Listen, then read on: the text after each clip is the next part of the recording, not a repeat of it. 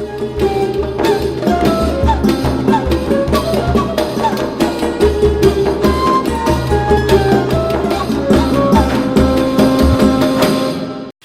Donai! Salve povo, eu sou o Zelota e hoje de volta com mais um capítulo da nossa mini saga do Império Parta. Não é a saga romana, é o Império Parta, e esse é o terceiro vídeo dessa série, que eu espero que seja uma série de 4 vídeos. Espero muito finalizar esse tema no próximo sábado, porque já batemos a meta dos 425 inscritos, então já estou devendo outra civilização para vocês. E estamos aí nos aproximando da nossa próxima meta, que é de 450 inscritos. Então, antes de eu começar, não esqueça aí de dar um tapote nesse like, compartilha com a galera, que é muito importante para divulgar aqui o canal.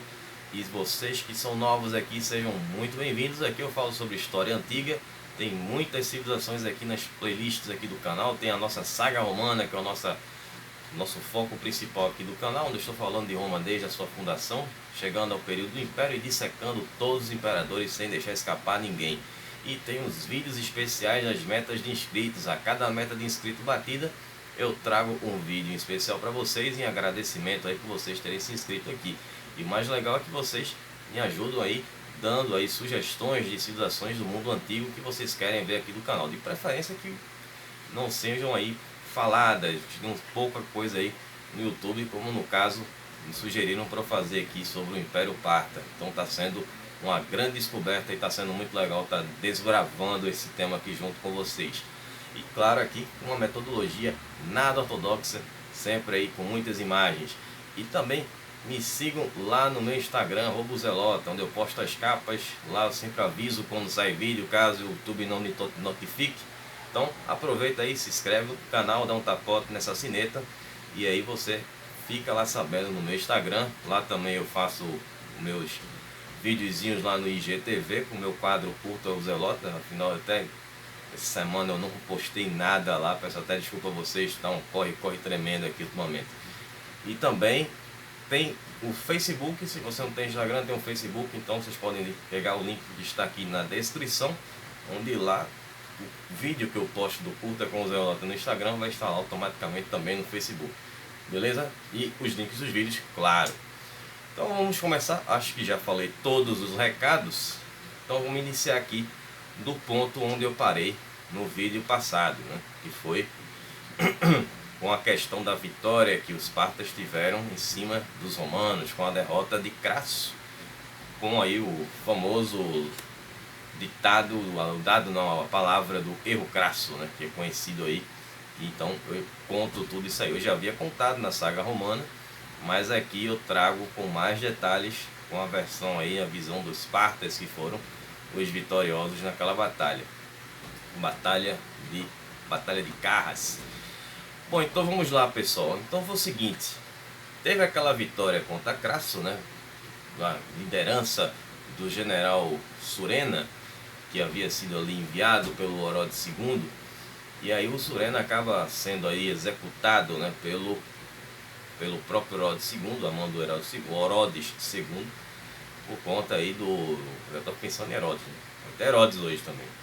E aí nós vamos ver uma empolgação que os partas vão se achar no nível dos romanos, a ponto de bater de frente com os romanos e começar a se expandir. Lembrando que Roma ainda não está no Império, ainda estamos na época da República, ainda na época do primeiro triunvirato, que é o momento que estamos aqui no vídeo. Então os partas, eles resolvem atacar os territórios romanos, e aí a coisa vai começar a ficar mais séria, né? Então lembram que tinha o príncipe Procos I, né? Aquele que havia sido sequestrado. Então ele, depois de ter retornado para a sua casa, né, mais precisamente para o seu palácio, ele resolve iniciar essa campanha para invadir a Síria. Então ele conta com o apoio de um general chamado Ossaces.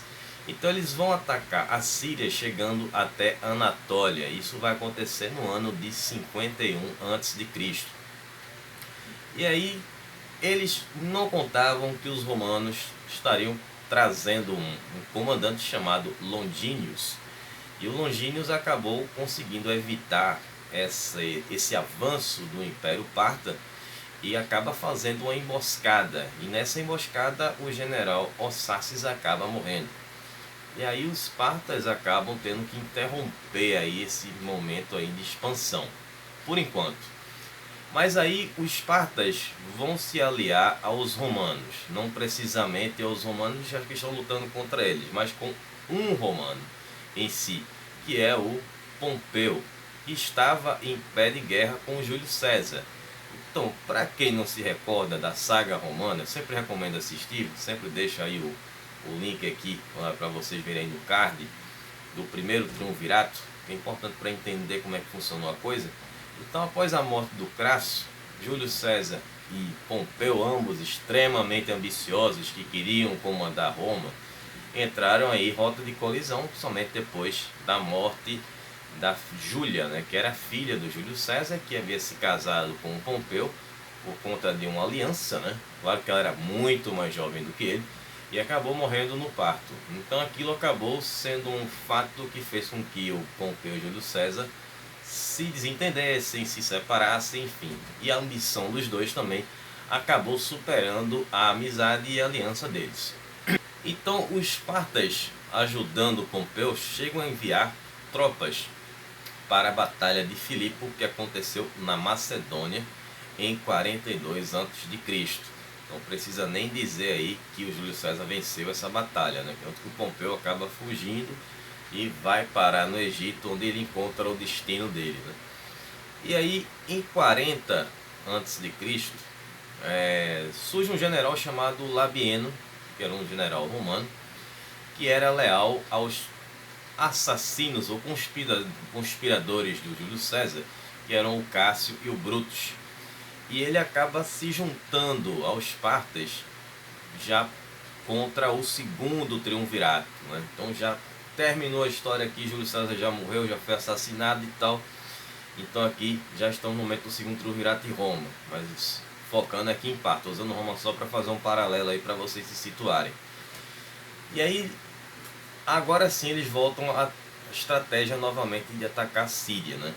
Aí esse Labieno se junta aos Espartas e junto com Próclus I vão para esse confronto aí, essa invasão da Síria. Quando eu falo da Síria, a Síria estava dividida ali, tinha um lado romano e tinha um lado parto. E aí eles aproveitaram o seguinte, que Marco Antônio, que estavam no segundo triunvirato, quem não lembra, era o Marco Antônio, o Otaviano e o Lépido. O Lépido entrou só como uma figura para completar o time, porque ele não interferia em nada, não fazia nada, nem queria fazer parte. Ele foi convencido que ele era um cara que tinha muito dinheiro, assim como o Crasso tinha muita grana. Mas o Lépido acabou morrendo aí justamente pela ambição dele, né? Dizem que ele foi feito prisioneiro e fizeram ele beber ouro líquido, ouro fervente, e acabou morrendo. E com isso, mais uma vez estaremos aí nós dois nomes, o Marco Antônio e o Otaviano, ou Otávio, né, que no caso vai se tornar o futuro imperador, acabam se desentendendo também, porque o Marco Antônio tinha muita ganância em dinheiro e o Otávio era um cara que era um gestor, um cara que queria realmente governar Roma e de uma maneira mais correta, né? Não focar essa questão da grana que o Marco Antônio tinha, né? Queria só saber das riquezas. E aí foi o seguinte, o Marco Antônio teve que abandonar a Síria, onde ele estaria para fazer as defesas da Síria contra os espartas, porque Otávio atacou uma parte em que o Marco Antônio estava governando como território. E aí ele teve que ir para a Itália para lutar contra Marco Antônio. E aí acabou abandonando ali a Síria, que vai facilitar a vida dos espartas. E aí os dois acabam tendo um encontro e fazem ali um acordo de paz. Isso vai acontecer ali na cidade de Brundício, que é a atual Brundice na Itália. Como Marco Antônio abandonou seu posto na Síria, Próclus e Labieno ficaram à vontade para conquistar a Síria. E aí depois eles fazem o seguinte, o Labieno ele invadiu a Anatólia e Próclus agora com a parceria com um general chamado Barzafarnes, sempre nomes complicados. Eles dividem o exército, né? Uma parte do exército parta fica sob o comando do Labieno, e outra parte do exército parta vai ficar sob o comando do Procos I, junto com o Barzafarnes.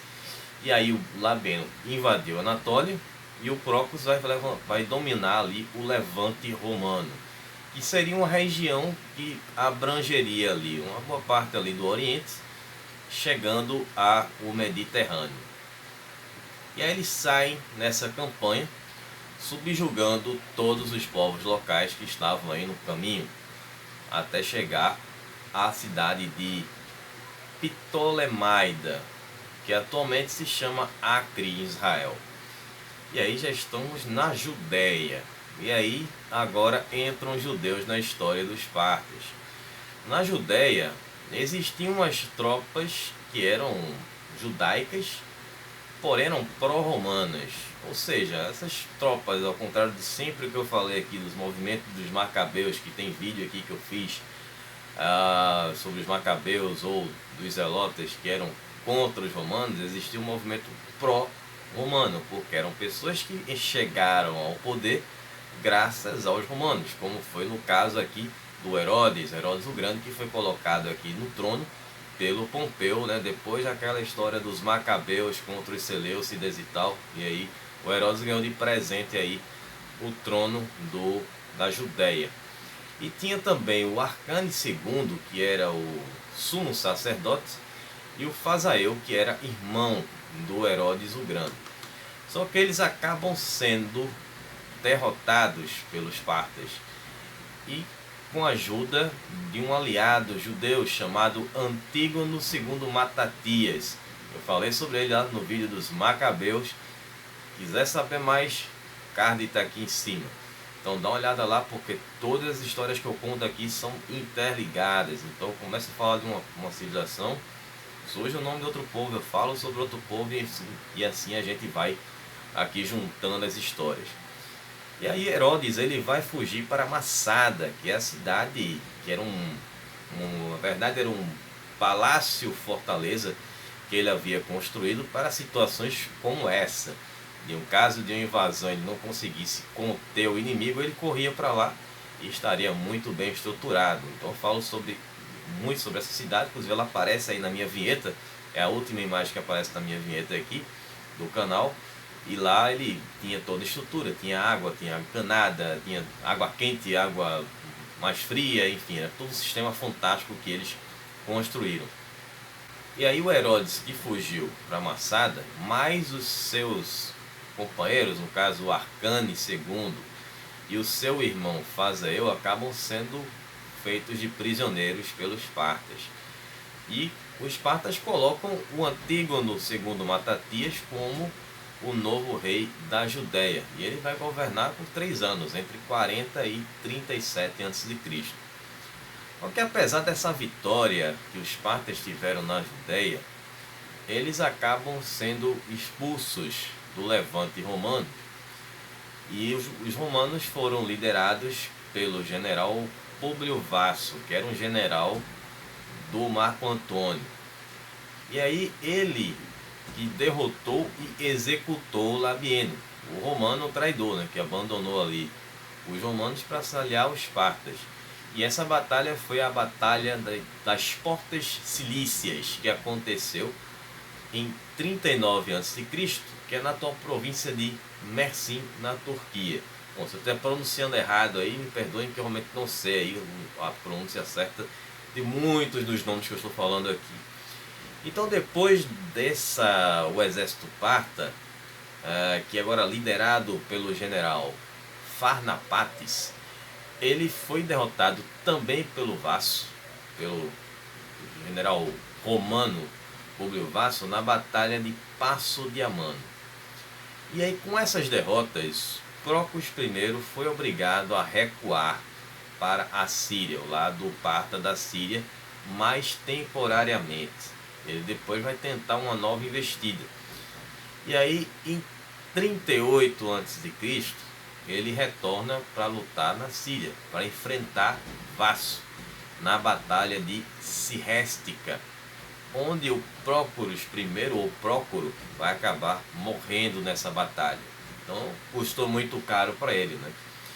Isso vai gerar um grande problema para os partos.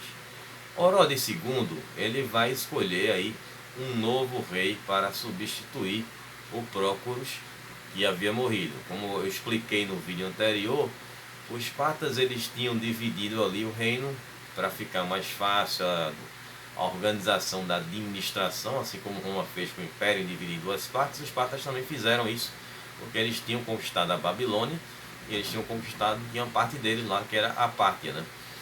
E aí o Orodes II vai colocar Frates IV, que vai se tornar o novo rei no lugar do Prócoros I, que era o príncipe e tal, vai colocá-lo como seu herdeiro, que vai governar entre os anos de 38 a 2 a.C. E aí, assim que o Frates IV assumiu, ele já praticamente se livrou da concorrência. Então ele já mandou matar ou exilar os seus irmãos, que poderiam ser potenciais aí concorrentes ao trono no lugar dele.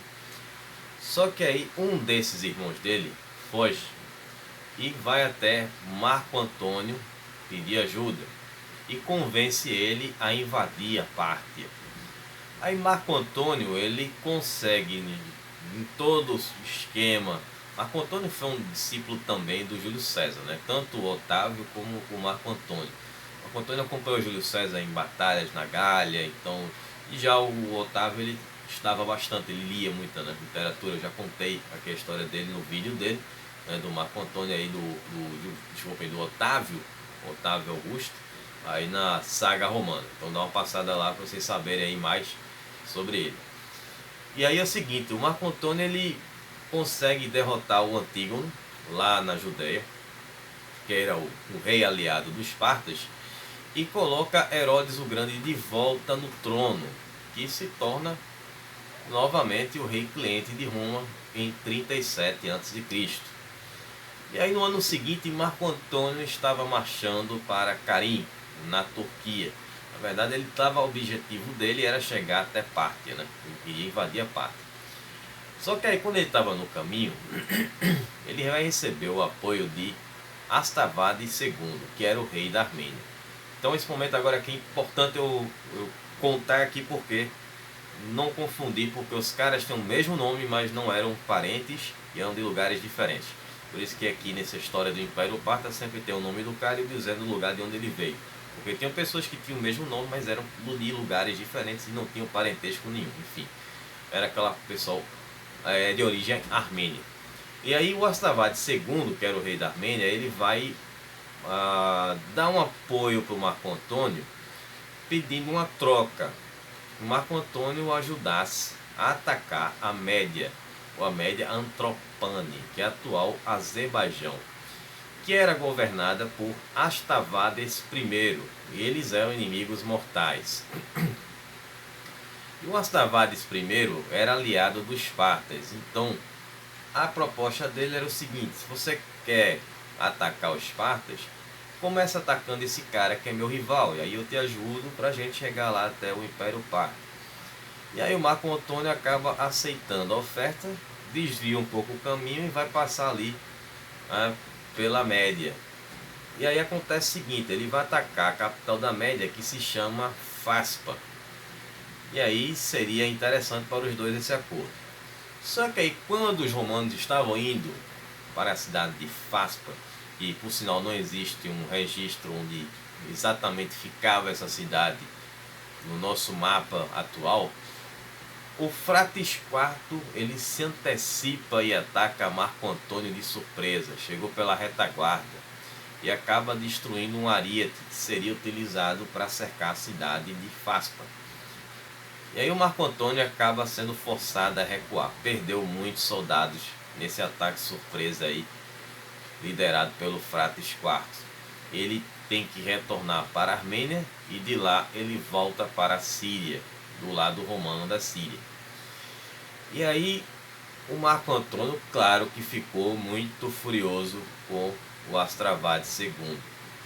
e resolve se vingar dele, né? Ele teve muito prejuízo, ele ia fazer uma coisa, desviou o caminho para fazer outra e acabou perdendo aí muitos homens. Ele faz o seguinte, ele prepara uma armadilha no ano de 34 a.C. para o Astavares II. Ele diz que tem uma proposta de uma aliança para um casamento. Aí o Astavares fica bastante atentado em fazer uma aliança com os romanos. E aí, quando o Astavares chega lá, para esse encontro, acaba sendo preso, capturado e enviado para Roma, onde lá acabou sendo executado. Aí o próximo alvo do Marco Antônio seria fazer agora uma aliança com o Astavares I da Média, que ele estava com uma relação complicada com o Frates IV, mesmo depois daquela ajuda que o Frates IV deu, mas talvez nem tanto porque o Frates já quis antecipar a chegada dos romanos na Pártia, né, e acabou atacando lá na Média mesmo. Só que aí o Marco Antônio ele acaba desistindo da ideia em 33 a.C. Ele é obrigado a abandonar a Armênia após uma invasão parta. Então os partas invadem a Armênia e também, mais uma vez, os dois estão se desentendendo ali, o Marco Antônio com o Otaviano. Vai ter mais conflito entre os dois e aí ele vai ter que voltar para lutar contra o Otaviano. E com isso os partas ficaram à vontade na Armênia, conseguiram dominar a Armênia e vão colocar um novo rei lá, que era o Artaxias II, se tornaria o rei armênio, e que seria um rei aliado aí dos partas. E agora chegamos no momento da ascensão de Otaviano. Otaviano ele consegue derrotar Marco Antônio na Batalha de Ácio, em 31 a.C. E aí no ano de 27 a.C., ele já estava sozinho, o segundo triunvirato foi totalmente desfeito, e aí ele se torna o primeiro imperador romano. Então dá uma olhada lá no vídeo da saga romana do Otávio Augusto, card aqui em cima, lá do comecinho, lá no início da saga romana, o primeiro imperador, meses e meses atrás aqui eu fiz. E aí nós temos agora o Tirídates II, que consegue momentaneamente derrubar o Frates IV do trono. E aí o Frates consegue recuperar o trono com a ajuda dos citas. E os citas, como vocês sabem, é um povo que, quer dizer, para quem assistiu o vídeo, claro, né? Ele era da história dos Sármatas, vídeo dos Sármatas que eu fiz aqui. Então os citas eram um povo que deu origem aos Sármatas. E aí ele conseguiu a ajuda dos citas e consegue aí recuperar o trono para ele. E aí o Tirídates II, ele vai pedir a ajuda dos romanos, que ele havia conseguido sequestrar um filho do Frates IV como refém. E aí chegando lá, no ano de 20 a.C., começam as negociações serem feitas com o Frates IV, que consegue a libertação do filho dele, mas em troca os romanos queriam uma outra coisa. E seria o seguinte: os estandartes dos legionários romanos que foram tomados naquela batalha que aconteceu em Carras, na derrota de Crasso, que eu mencionei aí no início do vídeo. E para os romanos era uma questão de honra, aqueles estandartes, a águia romana foi recuperada. E aí mais também alguns prisioneiros que haviam sido feitos naquela batalha, aqueles que ainda estavam vivos, né? Porque já passou-se aqui muito tempo daquela batalha até aqui. Aquela batalha, se não me engano, foi em 58, a gente está no ano 20. Então quem foi feito prisioneiro, inclusive a famosa Legião Perdida, que eu já disse para vocês, aquele filme é totalmente fantasioso, que ela estava com Crasso. E aí voltaram para o Império Romano. Império não, voltaram para os romanos. E aí é o seguinte, quer dizer, já é império na verdade, aí tá certo, né? Otávio Augusto foi titulado aí como imperador. O início do Império Romano. E aí é o seguinte, para os partas aquilo ali tinha sido um preço barato, mas para os romanos eles comemoraram. E Otávio fez uma festa, uma propaganda tremenda dizendo ali, né, que usou aquela vitória, aquela conquista para eles de recuperar os estandartes como uma vitória contra os partas, né? Só que não foi tudo isso, né? Mas aí ele, Otávio Augusto, né? Vamos chamá-lo, voltar a chamá-lo de Otávio, né? Já que ele já havia mudado seu nome, né? Pra quem não sabe, o detalhe lá no vídeo dele eu conto tudo. E ele não só manda o príncipe de volta, como também manda uma escrava de origem itálica, ou seja, uma escrava que havia nascido na Península Itálica, ser italiana. E essa escrava vai acabar conquistando o Frates IV e se casa com ele. Ela se chamava Mussa e acaba se tornando a rainha. E uma rainha para fazer as influências na cabeça do Frates IV. Otávio era um cara muito inteligente, um cara muito esperto. Então ele jogou uma semente do mal lá, né?